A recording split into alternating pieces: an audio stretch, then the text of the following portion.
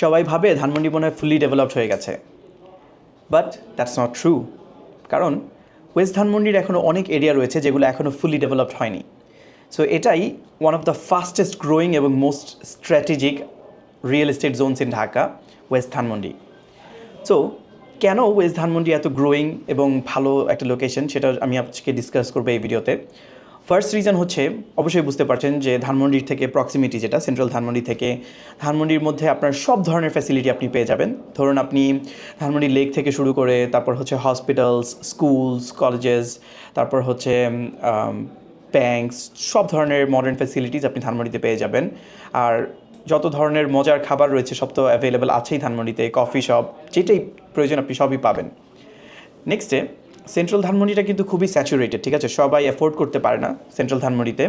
So এই যে পয়েন্টটা আমি বলছি সেটা হচ্ছে যে আপনি ওয়েস্ট ধানমন্ডি যদি চুজ করেন সেক্ষেত্রে আপনার ধানমন্ডির খুব প্রক্সিমিটিতে থাকতে পারছেন একটু অ্যাফোর্ডেবল বাজেটে, ঠিক আছে। যেখানে সেন্ট্রাল ধানমন্ডিতে আপনার 30,000 টাকা স্কোয়ার ফিট, সেখানে আপনি ওয়েস্ট ধানমন্ডিতে থাকতে পারবেন ধরুন 12 থেকে 15,000 টাকা পার স্কোয়ার ফিট। সো এটা খুবই ভালো একটা প্রসপেক্ট, রাইট? সো এই কারণে ন্যাচারালি খুব ভালো ডেভেলপমেন্ট হচ্ছে। সেকেন্ড একটা পয়েন্ট আমি বলতে চাচ্ছি সেটা হচ্ছে যে ধানমন্ডির যেই ওয়েস্ট এরিয়াটা, এটার খুব কাছেই ইনফ্রাস্ট্রাকচার ডেভেলপমেন্ট এবং কানেক্টিভিটিটা খুবই ভালো। ধরুন আপনার ওয়েস্ট ধানমন্ডি থেকে মোহাম্মদপুর যাবেন, আপনার সাত মসজিদ রোডটা খুবই মানে কানেক্টিভ একটা রোড, রাইট? এখানে সব ধরনের ট্রান্সপোর্টেশন ব্যবস্থা রয়েছে, আপনি উবার করতে পারবেন, আপনি বাস পাবেন, আপনি সব ধরনের মুভমেন্ট ওয়ে পাবেন। তারপর হচ্ছে বেরিবাদের যে রোডটা, এটা হচ্ছে আপনার অলরেডি মানে 6-8 নাকি 8 লেনের কাজ চলছে, অলরেডি অনেকটা এগিয়ে গিয়েছে, আর 2-3 ইয়ার্সের মধ্যে এটা খুব ডেভেলপ হয়ে যাবে। বেরিবাদের আশেপাশে যত জায়গা ছিল, যত প্রজেক্ট হচ্ছে, সব কিছু কিন্তু দাম বেড়ে যাচ্ছে, ঠিক আছে। এখনই এটা একটা মানে রাইট টাইম ইনভেস্ট করার জন্য আমি বলবো।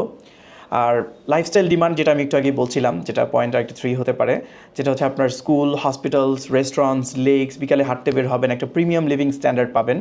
অ্যান্ড ওয়েস্ট ধানমন্ডিটা মানে সেন্ট্রাল ধানমন্ডির মতো এত আপগ্রেডেড না, বাট খুবই কাছে যেহেতু, সো মোটামুটি সব ফ্যাসিলিটি পেয়ে যাবেন।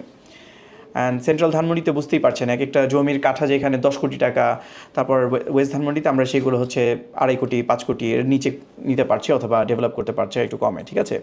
সো ইনভেস্টমেন্ট গ্রোথের যে লজিকটা, সেটা হচ্ছে আপনার ধরুন প্রাইম এরিয়া যেহেতু ধানমন্ডি, এটার অ্যাডজাসেন্ট নেক্সট করিডোরটা, যেমন আমি এক্সাম্পল দিচ্ছি, গুলশানের পাশে যখন বাড়িধারা ছিল, খুব দ্রুত ডেভেলপ হয়ে গেছে, রাইট? সো আমি এমনও মানুষকে চিনি যারা হচ্ছে ধরুন আপনার সেখানে 5 কাঠা জায়গায় কিনেছিল মাত্র ধরুন 15 লাখ টাকা সামথিং অথবা 3 লাখ করে কাঠা, এখন তার সেই 5 কাঠা জমির প্রাইস 1 কোটি করেও আরও বেশি হয়ে গেছে, ধরুন প্রায় 2 কোটি করেও ধরতে পারেন, ঠিক আছে।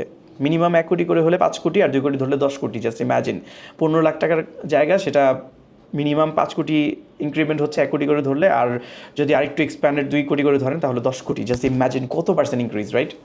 সো এটা আর্লি ইনভেস্টরদের জন্য খুবই ভালো একটা জায়গা। সো আপনারা যদি একটা ভালো হটস্পট খুঁজে থাকেন যে কোথায় ইনভেস্ট করবেন, এটাই একটা পারফেক্ট অপরচুনিটি আপনাদের জন্য।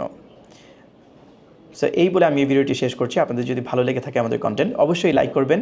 অ্যান্ড আপনাদের যদি কোনো হেল্প প্রয়োজন হয়ে থাকে, আমাদের হোয়াটসঅ্যাপ নাম্বারটা ডিসক্রিপশনে দেওয়া থাকবে।